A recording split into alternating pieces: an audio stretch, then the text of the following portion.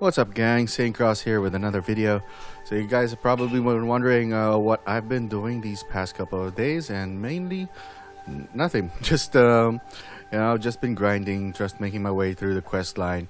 There wasn't really anything significant to report on or to update you guys on.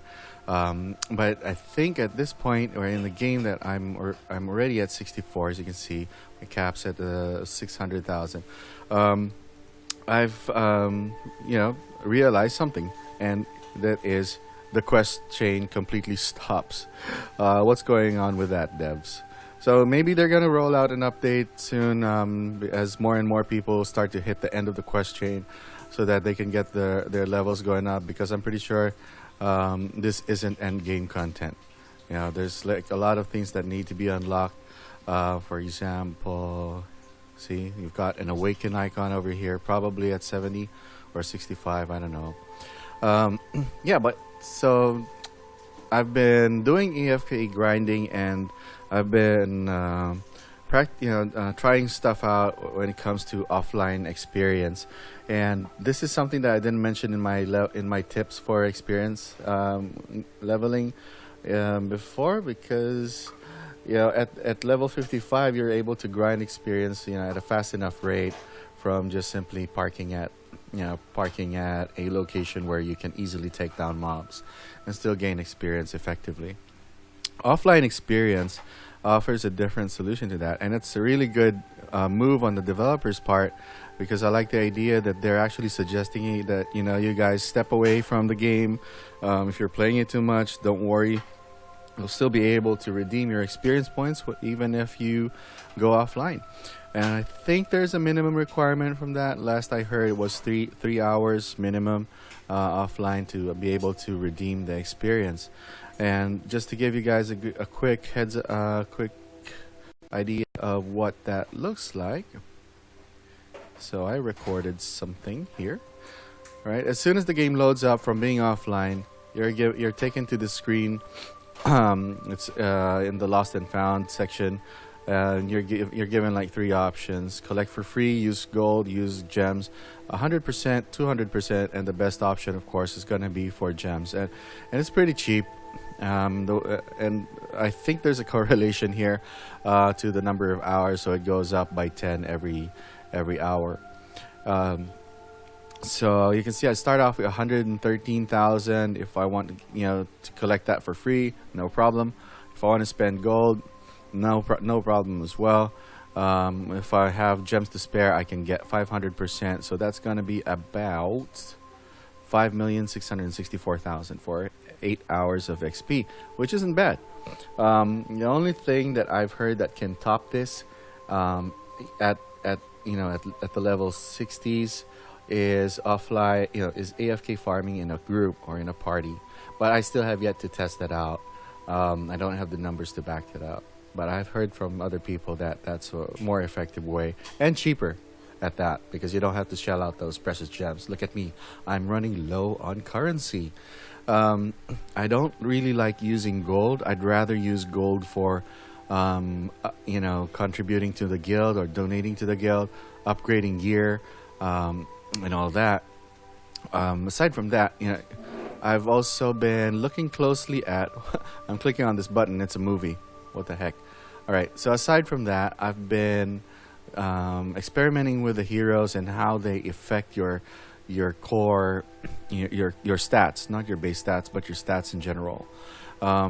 Every time you assemble a hero, it adds a tiny amount of experience. Not experience.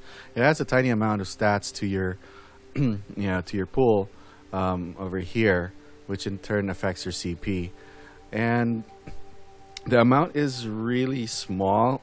For example, if you fuse a sea level hero, you'll probably get an increase in CP for about 100, 120.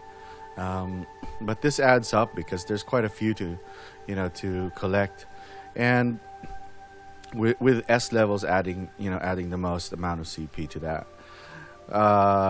Speaking of heroes, though, you might be wondering, you might have been collecting those adventure, what do you call them? adventure shards or adventure experience shards for the heroes, the ones that look like angels. And if you've amassed quite a few of these, one question that will probably come to mind is, with the amount of heroes that you've already collected by now, which heroes would be the best to invest in? And as a, my first impression was upgraded and, to invest in an S-class character. But the way that things have been going after experimenting with the low class characters, they pretty much add the same amount of CP no matter what, because the trick is in the star level, and investing like a ton of those experience adventure shards into an S-class hero with a 1-star is going to be less profitable than upgrading, let's say, your free Azusa who has 4 stars, right?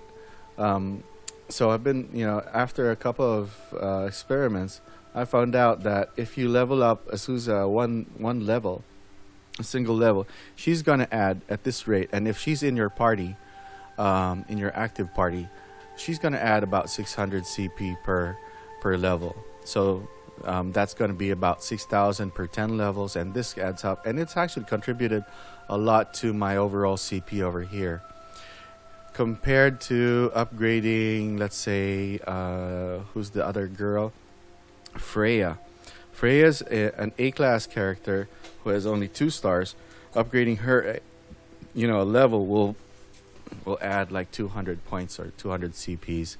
So adding a single, adding a level to your S-class character, and worse if you're not using it, would probably add like 120 CPs per level. And the thing is, the number of shards required to upgrade a hero doesn't differ, doesn't change. So the amount of shards that you need to upgrade Kitsune, for example, who's an S-class character, from level 10 to level 11 is going to be 10 shards at the same, which is going to be exactly the same that Azusa requires. So in short, you get more gains for the same amount of resources by upgrading a hero that you have a higher star, a higher star value for. So yeah, I just wanted to share that with you guys. So that's why I dumped everything into Azusa. So now she's almost at level 60. Now this is where it gets tricky. If I were, for example, gonna get like 100 of those shards, right? Now I would be caught in a decision between whether to dump that into Azusa, who's probably not even gonna get, who's not gonna level up from that, because one of those level 1 shards is like 100 experience. So 100 of those shards would be like what, 10,000, and 10,000 experience would probably get her XP bar here. And if I was aiming to increase my stats, I'd probably add it into probably distribute 10 of them to each of those each of those characters I haven't upgraded yet. But yeah, it's a preference. You can focus on upgrading your Azusa further, or you can pretty much distribute them up, to your lower level characters. Yeah, so the character has to be in your party to reap the most gains, reap the most rewards and effect of upgrading your heroes, right? So in hindsight, I've been looking at my gear, and I've noticed that I've been pretty much getting a lot of gear that's closer to what they gave for free, and I realize now what a big mistake it was to let my OCD kick in and allow, give in to my to deleting those 2 extra pieces of level 60 gears that I had in the beginning, because I thought as a noob, and I'm still a noob right now, that since those weren't my my class gears, they wouldn't be of any use to me. But I found out that even as long as it's the same quality, right? So orange and orange, and it's the same level of gear. So this is this level 60 gear. For example, if this knife was level 60 and orange, I could actually use that for food in order to evolve this And the way where you can go there, let's see, how do you get there? Fortify. So if you go up here, notice that I don't have any options here. But if I had another weapon that was the same quality and the same level, so level 60 weapon doesn't have to be my class, I could use that as food and upgrade to the next class, to the next quality, which is purple. So yeah, big mistake on my part, but it's not a big deal because I'm able to do it at the point. I'm able to conduct complete story instances, which is where you get these gears from. And the highest that I've gone is, let me see, yeah, Nightmare. So I'm really close. Nightmare gives you level 55 gear, and I think, ooh, 65. Where did 60 go? 55. Wouldn't that be awesome? So it looks like, you know, the next tier is at a million CP. Good luck getting to that, but I'm already at the point where I can actually get a piece of level 60 gear. So to those of you who still have the 3 gears in your bag, don't delete them. Don't be like me.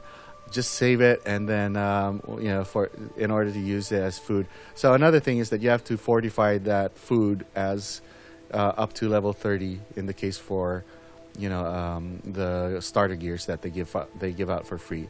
So it has to be same quality, same stage level, and it has to be maximum, you know, fortified to max in order to evolve to the next tier.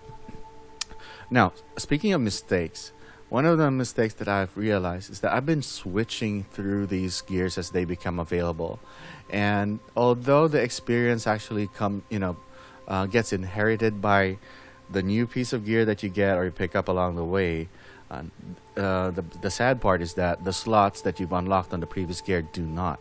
So overall, I think I've spent about a lot, you know, let's see, 10, 20, 30, 40, 50 times 50. All right, so that's about 2,500 gems on unlocking these slots throughout the stages. And after getting new piece of gear, I would unlock the slot. So at this point, I think it would be safe to say that you could actually get through this without inlaying any of the gear, inlaying any of these power stones. Just hold on to them until you get to level 60, and then start inlaying sockets into those gears, because it becomes a grind after that. So look at this, stage 30. I think for trophies and all that, it's safe to say that you could probably start inlaying at stage, you know, once you start getting stage 30 gears, because I've had these for a while. Yeah, so that's another thing that I realized in hindsight. But you know, hoping that when they release new content, I'll be able to put that in. There's no point, crying over spilled milk, and we'll pretty much see some improvement in gameplay. We're all learning this game together, and I just want to make this information available so that in the end we all benefit from it by having a better, a more competitive community, because we're after all on server 1. So yeah, those are my updates for this episode. Stay tuned for more. I plan to do some content or cover some gameplay when it comes to guilds. I've seen some comments in my previous video about the guild, how the guild features work, and I myself was kind of lost when I first tried out the guild and didn't know what to do.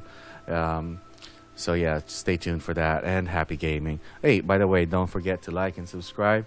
I would really appreciate it. It helps me keep me motivated to keep on creating new content for you guys. So yeah, have fun.